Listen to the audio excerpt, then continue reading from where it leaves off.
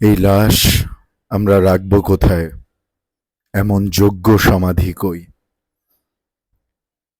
তো অনেকেই ভাবতেছেন, অনেকেই মনে করতেছেন, কারো কিছু মনে করায় আমার কিছু যায় আসে না, বিকজ আমার রব জানে সব। যে আহমেদ শাহরুখ কোনো কথা বলতেছে না, চুপচাপ আছে। তা আজকে কিছু কথা বলি। শোকে স্তব্ধ হয়ে যাওয়া, রাগে ক্ষোভে স্তব্ধ হয়ে যাওয়া, পাথর হয়ে যাওয়ার মতন একটা বিষয় আছে। তো আমার ক্ষেত্রেও সেই বিষয়টাই আসলে হয়েছে। যে ঘটনাগুলা ঘটতেছে বাংলাদেশে, এই ঘটনাগুলো আমি শুনছি ৭১-এ।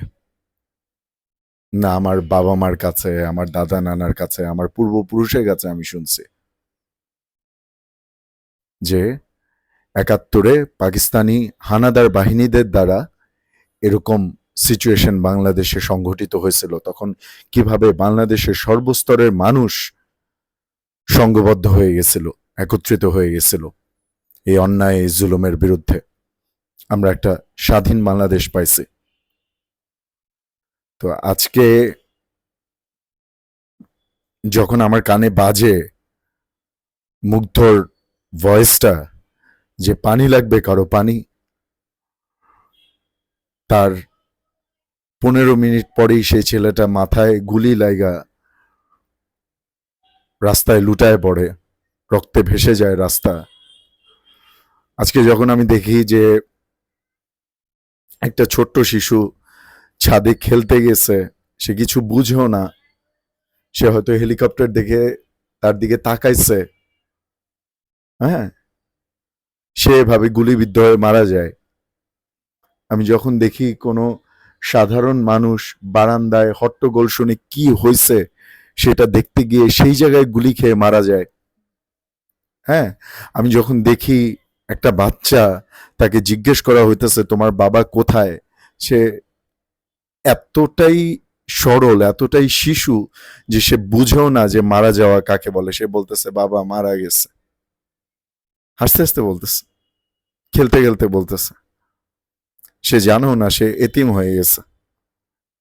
আজকে যখন আমি দেখি এক স্ত্রী চিৎকার করতেছে, তার স্বামীর লাশ হাতাইতে হাতাইতে বলতেছে তোমার মেয়েটার এখন কি হবে, তুমি না আমাকে আমাদেরকে কত ভালোবাসতা, আমি তোমাকে কেন বাইরে যেতে দিচ্ছিলাম, আমি তোমাকে কেন বাইরে যেতে দিচ্ছিলাম, হ্যাঁ। আমি যখন দেখি আবু সাইদ এই বিশ্বাসে দুই হাত তুলে দাঁড়ায় গেছিল যে না, এতটা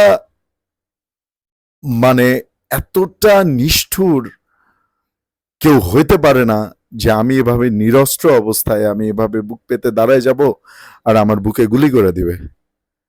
তাও একটা না কয়েকটা, আমাকে এভাবে খুন করে ফেলানো হবে, আমাকে এভাবে মাইরা ফেলানো হবে।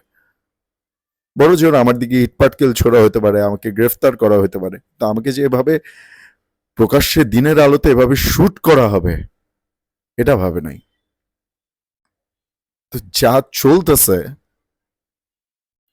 এটা মানে কি বলবো, বর্বরতার এটা চূড়ান্ত পর্যায়ে, চূড়ান্ত পর্যায়ে। আজকে চিকিৎসক সমাজ সংহতি প্রকাশ করছে। আজকে ঢাকা বিশ্ববিদ্যালয়, যত বিশ্ববিদ্যালয় আছে সমস্ত বিশ্ববিদ্যালয়ের শিক্ষক সংহতি প্রকাশ করছে, ঐক্যবদ্ধ হয়েছে, কথা বলতেছেন সবাই, সর্বস্তরের মানুষ, সর্বস্তরের নাগরিক দেখতেছে অন্যায় হইতেছে, আমাদের ছাত্ররা, আমাদের বাচ্চারা কিভাবে মানে গুলি খেয়ে মরতেছে। তো এই অবস্থায় শোকে স্তব্ধ হব না তো কি হব, কি বলবো, কারে বলবো? এই জিনিসগুলোই আমার মাথায় ঘুরপাক খাইতেছিল, হ্যাঁ। তো আমি একটা কথা খুব বিশ্বাস করি যে আল্লাহ ছাড় দেন কিন্তু আল্লাহ ছেড়ে দেন না। এবং আল্লাহ কোরআন শরীফের মধ্যে স্পষ্ট করে বলছেন আল্লাহ সীমা লঙ্ঘনকারীদের পছন্দ করেন না। এর শেষ আছে, এর জের আছে।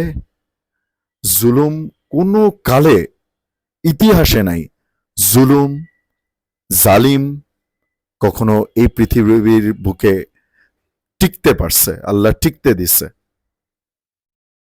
তার প্রমাণ নমরুদ, তার প্রমাণ ফেরাউন, তার প্রমাণ সাদ্দাদ, হ্যাঁ, আগে যারা ছিল, আরো যারা যুগে যুগে পাকিস্তানি হানাদার বাহিনী যারা আমাদের উপর এত অত্যাচার করে গেছে, হ্যাঁ, এখনো এখনো এটা অ্যাপ্লিকেবল। এটা নাই, এটা আল্লাহ হতে দেয় না। সো আমি একটা কথা খুব স্পষ্টভাবে ক্লিয়ার করে আমি বলতে চাই যে আমি আওয়ামী লীগ নই, আমি বিএনপি নই, আমি জামাত নই, আমি শিবির নই, আমি জাতীয় পার্টি নই, আমি হাত পাখা নই, আমি লাঙ্গল নই, আমি কোনো চরমনায়ের কিছু নই, আমি কোনো হেফাজতে ইসলামের কিছু নই, আমি কোনো দলের নই, আমার রাজনীতির সাথে কোনো ধরনের কোনো সম্পৃক্ততা নাই। আমি আহমেদ শাহরুখ তাওহিদ, আমি একজন সাধারণ মানুষ, আমি একজন শিক্ষিত মানুষ, আমি একজন সাধারণ মানুষ, আমি একজন এই বাংলাদেশের ভোটাধিকার প্রয়োগযুক্ত নাগরিক। সেই হিসেবে আমি এটা আমার অবস্থান থেকে আমি বলতেছি যে যা হচ্ছে তা জুলুম হচ্ছে, এবং আমি ছাত্রদের সাথে আছি, কারণ আমি নিজেও একসময় ছাত্র ছিলাম। আর যে একবার ছাত্র ছিল সে সারা জীবনই ছাত্র। আমি এখনো ছাত্র, আমি 20 বছর পরেও ছাত্র থাকব, কারণ আমার মধ্যে তো শিক্ষার সেই আলোটা আছে। আমি ছাত্রদের পক্ষ কেন নিব না? তারা তো এমন অন্যায় কোনো কিছু করে নাই, এমন অন্যায় অযুক্তি কোনো দাবি তুলছিল না যে এইভাবে এরকম স্টেপ নেওয়া লাগবে, এভাবে গুলি করে মেরে ফেলানো লাগবে।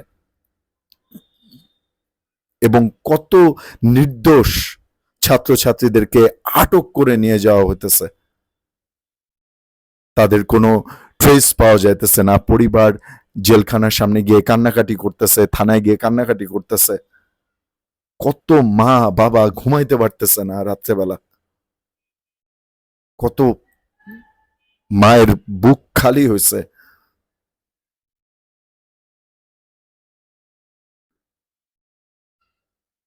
স্থাপনা বা কোনো বস্তুগত শোক, সেটা তো কাটায় ওঠা যায়, অর্থের শোক তো কাটায় ওঠা যায়।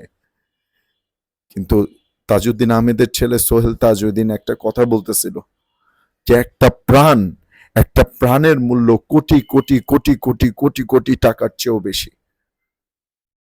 এই যে মুগ্ধ চলে গেল এভাবে, এই যে আবু সাইদ চলে গেল, এই যে শিশুগুলা এভাবে মারা গেল, এই যে সাধারণ মানুষ মারা গেল, এই যে শিক্ষার্থীগুলো মারা গেল, এই একটা প্রাণও কি আর ফিরে আসবে?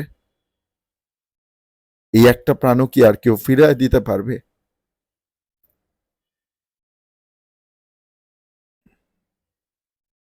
আমি তীব্র নিন্দা জানাই, তীব্র ক্ষোভ জানাই, এবং আমি আজকে জুম্মাবার আমি আল্লাহর কাছে কায় মনোবাক্যে প্রার্থনা করি আল্লাহ যেন আমার দেশকে হেফাজত করেন, আল্লাহ যেন জালিমদের বিচার করেন, এবং আমার ভাইয়েরা যারা শহীদ হয়েছেন তাদেরকে যেন আল্লাহ পাক জান্নাতুল ফেরদৌস নসিব করেন, তাদের পরিবারকে এই শোক কাটায় ওঠার শক্তি দান করেন, এবং যারা আটক হয়েছে, যারা বন্দি অবস্থায় আছে, তাদের নিঃশর্ত মুক্তি চাই।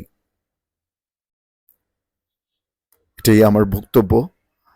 আমি নিজে খুবই মেন্টাল স্ট্রেসের মধ্যে আছি, কারণ এসব ক্রমাগত আসতে থাকলে, দেখতে থাকলে, শুনতে থাকলে কতক্ষণ সহ্য করা যায়?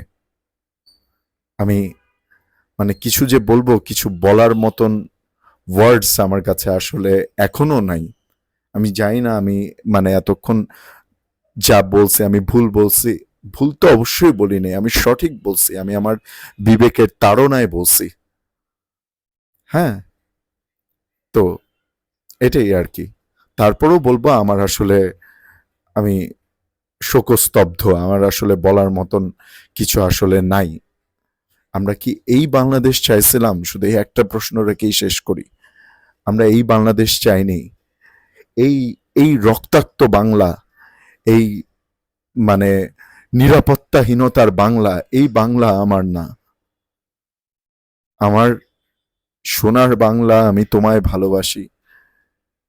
হ্যাঁ, আমার সুজলা সুফলা শস্য শ্যামলা বাংলা, বাংলাদেশ আমি ফেরত চাই।